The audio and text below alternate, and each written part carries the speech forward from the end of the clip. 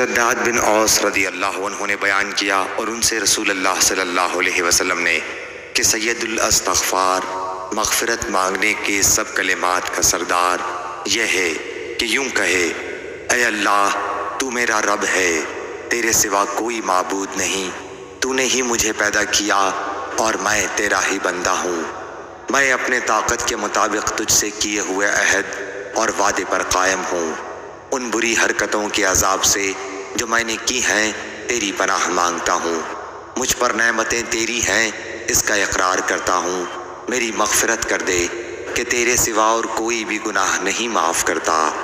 حضرت صلی اللہ علیہ وسلم نے فرمایا کہ جس نے اس دعا کے الفاظ پر یقین رکھتے ہوئے دل سے ان کو کہہ لیا اور اسی دن اس کا انتقال ہو گیا شام ہونے سے پہلے، تو وہ جنتی ہے، اور جس نے اس دعا کے الفاظ پر یقین رکھتے ہوئے رات میں ان کو پڑھ لیا اور پھر اس کا صبح ہونے سے پہلے انتقال ہو گیا تو وہ جنتی ہے۔